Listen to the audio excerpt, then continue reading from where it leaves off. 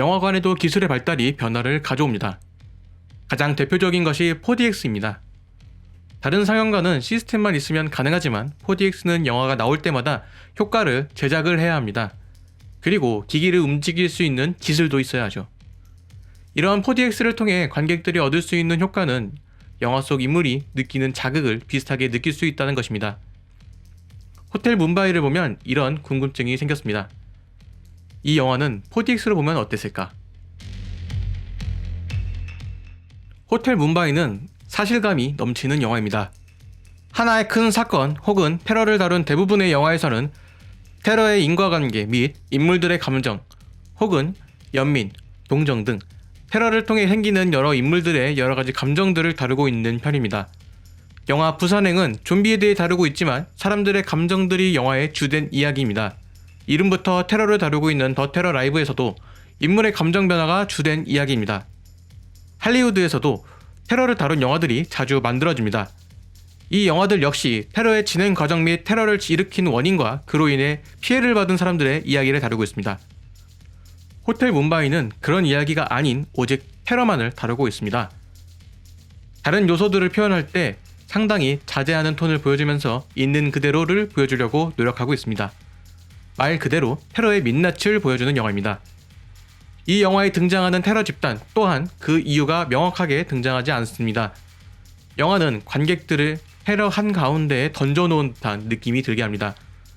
테러의 모습을 거리낌 없이 있는 그대로 보여주고 있습니다. 테러가 시작되는 장면부터 상당히 인상적입니다. 전혀 예상하지 못한 타이밍에 예상되지 않은 상황이 등장합니다. 그리고 그들이 테러를 시작하는 것에서부터 그들의 무자비함이 느껴집니다. 영화나 현실 속에서 진짜 무서운 사람은 무서운 표정을 하며 겁박을 하는 것이 아니라 어떤 행동을 할지 예측이 안 되는 사람입니다. 어떠한 행동에도 감정 변화가 없는 사람이야말로 정말 무서운 사람이 되는 것입니다. 영화가 시작한 지 얼마 안 되어서 사건이 시작됩니다. 이럴 때 생길 수 있는 단점이 중반 이후에 영화가 늘어질 수 있다는 점입니다. 이 영화가 그렇습니다. 영화가 어느 선을 넘어가면 상당히 지루하게 느껴집니다. 영화의 흐름 자체가 빠른 영화가 아니라서 새로운 것이 등장하지 않으면 금세 지루해질 수 있는데 영화 호텔 뭄바이에 필요한 인물이나 공간은 영화 초반에 대부분 등장합니다. 새로운 역할이라고 하면 중간에 호텔로 투입되는 경찰이 존재하지만 그들의 역할은 크지 않습니다. 임팩트 있던 초반에 비하면 영화 중후반부에는 살짝 아쉽게 느껴집니다. 대부분의 영화들이 잽을 날리다가 어느 정도 지났을 때 어퍼컷 혹은 카운트 펀치를 날린다면 호텔 뭄바이는 대화를 놔두다가 갑작스럽게 볼따기를 엄청 세게 맞은 느낌입니다. 4. 그 얼얼함이 가시기 전에 따귀를 몇 대 더 때리는데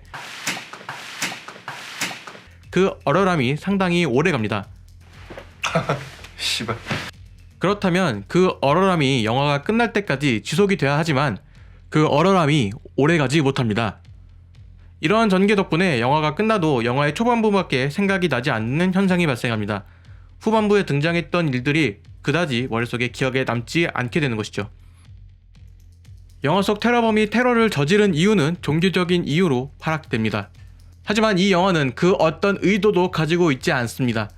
해당 종교를 폄훼할 생각도 없을 뿐더러 종교 자체에 대한 악감정도 가지고 있지 않습니다.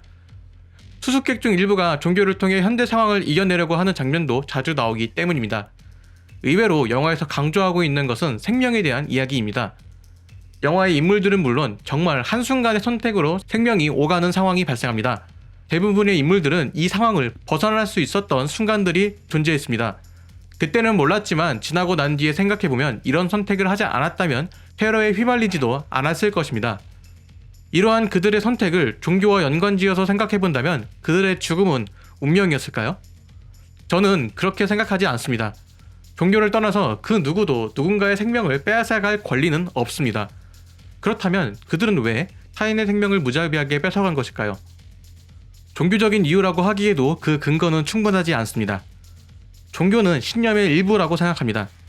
자신이 지키는 원칙 혹은 마음가짐이라고 생각을 하는데 이러한 신념은 종교에 따라 사람에 따라 다를 것입니다. 테러를 일으킨 그들에게는 자신의 신념을 지키기 위한 일이지만 누군가는 타인의 생명을 지키기 위해 자신의 신념을 포기하는 인물도 있습니다. 그렇다면 그들에게 종교는 어떤 의미였을까요? 이 영화를 어떻게 받아들여야 할까요? 내가 어떤 종교를 가지고 있지 않았다고 누군가에게 차별받아서도 안 되고 어떤 종교를 믿는다고 그들을 탄압해서도 안 됩니다.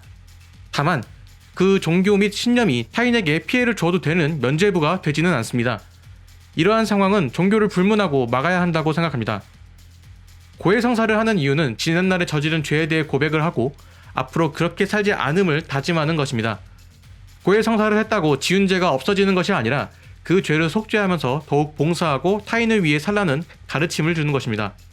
앞서 말했던 것처럼 자신의 신념을 버리면서 생명을 지키려고 했던 아르준의 모습은 종교를 떠나서 생명 앞에서는 모두가 동등하다라는 모습을 보여주는 장면이 아닐까 싶습니다.